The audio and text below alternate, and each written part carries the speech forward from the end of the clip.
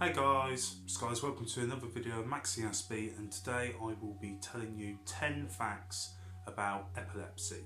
So number 1, epilepsy is a serious neurological condition that can affect anyone at any age from any walk of life. So as you all know, that I discovered later on in my life that I had epilepsy from having a seizure at college. So that was the first time I found out that I possibly was epileptic, and even from that point I still didn't know for 100%. So I had to wait 2 years until I had another seizure, and then that's when I had confirmation I had epilepsy. Fact number 2. So epilepsy affects 1 in every 100 people in the UK, and every day 87 people are diagnosed with epilepsy. Fact number 3. 1 in every 4 people who are diagnosed with epilepsy are over the age of 65, and 1 in every 220 children will have an epilepsy diagnosis. And from that statistic, on average, that's 1 child in every primary school and 5 in every secondary school. So that number is really scary, to hear, and really interesting, because throughout my life I've never really known anyone else apart from one person with epilepsy. So, and certainly growing up in school, I didn't know many people that had epilepsy. So to hear that statistic for me was quite shocking. Fact number 4, there are more than 60 different types of a seizure, and somebody could have more than one type.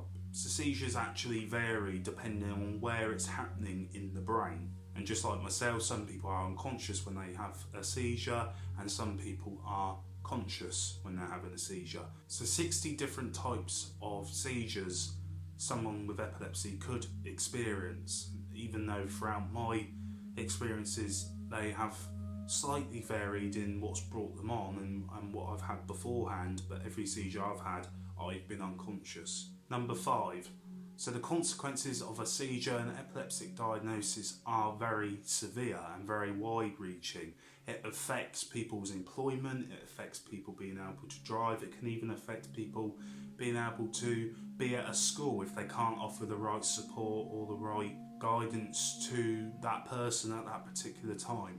It's the things that happen after having a seizure can really be affected in your personal life, and it can really damage somebody's personal life. And because of this, it can also increase isolation. Fact number 6. So 1 in 20 people can just have a one-off epileptic seizure, and that's it, and not have epilepsy. They might never get diagnosed because they can't get diagnosed unless you have more than one seizure. But 1 in 20 people could in their lifetime just have one seizure, and that's it. Which is why when I had my first seizure, I couldn't be diagnosed, because anyone can have one seizure in their lifetime. So it's when you have more than one seizure is when you will get an epilepsy diagnosis. Number 7, you can't swallow your tongue. So a lot of people, when someone is having a seizure, will try and make sure that the person doesn't swallow their tongue. Swallowing your tongue is a myth, and it's actually physically impossible. So when someone's having a seizure, it's really important to realise that they can't swallow their tongue. Number 8, and that sort of leads me on to this one. You should never force anything in someone's mouth while they're having a epileptic seizure. If you're trying to stop them from swallowing their tongue, don't, because they can't, it's impossible, and you're actually causing more damage if you try and force something to force their mouth open. It can lead to them chipping their teeth, it can force them to cut their gums, and it's actually more damaging to do that than not. It's okay to put them in recovery position once they've had their seizure and make sure that their airwaves aren't getting blocked by anything, but don't force anything in their mouth. It does not help, and it will cause more damage.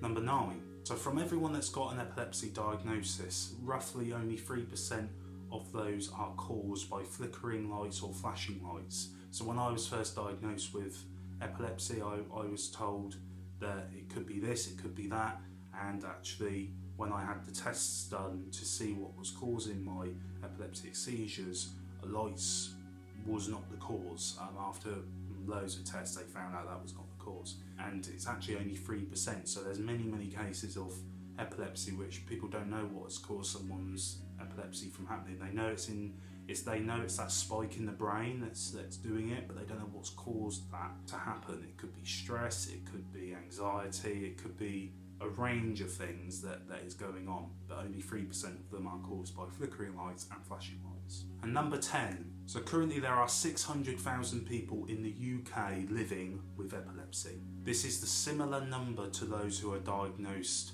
with autism. However, it's 4 times greater than people with Parkinson's.